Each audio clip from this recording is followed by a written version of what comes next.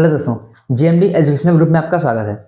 आज की इस क्लास में हम बात करते हैं यूपी बोर्ड हाई स्कूल का मैथ का चैप्टर 3 दो चर वाले रैखिक समीकरण युग्म।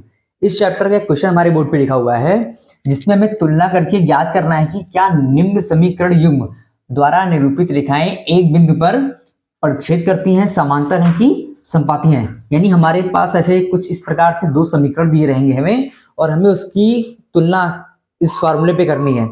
और तुलना करने के बाद हमें ये बताना है कि क्या वे रेखाएं प्रतिच्छेद करती हैं, समांतर है कि संपाती हैं। तो फिलहाल इस तरह के क्वेश्चन को हम तीन तरह से पूछ सकते हैं। एक आपका पूछता है प्रतिच्छेद करती हैं, संपाती हैं कि समांतर हैं। दूसरे में पूछता है संगत है कि असंगत है। और एक तीसरा पॉइंट आता है जिसमें आपको बताना होता है कि उस समीकरण के कितने हल हैं। केवल एक हल है यानी कि इसको हम बोलते हैं अद्वितीय हल। यहाँ पर आपका दिया गया अनेक हल, जब एक से ज्यादा हल आते हैं। और जब कोई हल नहीं आता है, नो सॉल्यूशन होता है, तो उसको बोलते हैं कोई हल नहीं है। तो एक फार्मूले से हमारा ये क्वेश्चन तीन तरह से लग सकता है। हमारे सामने क्वेश्चन दिया गया है, इस क्वेश्चन को हम सॉल्व करने जा रहे हैं। तो पहला आपका समीकरण दिया गया है 5x minus 4y plus z equal to 0। पहला समीकरण है 5x minus 4y plus z equal to 0, यानी कि a1x plus b1y plus c1, a1x plus b1y plus c1 equal to 0। और दूसरा समीकरण आपका है 7x plus 6y minus 9 equal to 0, यानी कि a2x plus b2y plus c2, a2x plus b2y plus c2 equal to 0। तो अब हम इस तुलना करेंगे दोनों समीकरण की, जिससे हमें a1 a2 b1 b2 का c1 c2 का मान मिल जाए।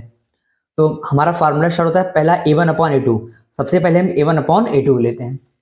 देखिए a1 की वैल्यू क्या है 5, a1 अपॉन a2, a1 की वैल्यू हमारी है 5 अपॉन a2, a2 की वैल्यू क्या है 7 बराबर b1 upon b2, b1 upon b2, b1 की वैल्यू क्या है -4 अपॉन b2 की वैल्यू क्या है 6।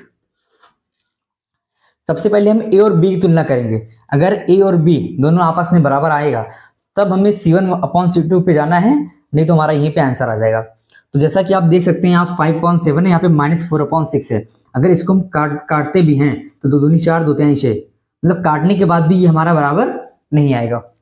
तो a1 और b1 मतलब a1 अपॉन a2 और b1 अपॉन b2 दोनों आपस में बराबर नहीं है। तो अगर वो ऐसे समीकरण आपस में बराबर नहीं होते हैं तो उसको हम बोलते हैं प्रतिच्छेद करती रेखा। हमारा आंसर क्या हो जाएगा, प्रतिच्छेद करती रेखा, प्रतिच्छेद करती रेखा, ये हमारा आंसर आ गया। अगर इसी क्वेश्चन में आपसे पूछ लेता संगत है कि असंगत है, तो प्रतिच्छेद करती रेखा यानी कि संगत, तो इसका आंसर हो जाता संगत।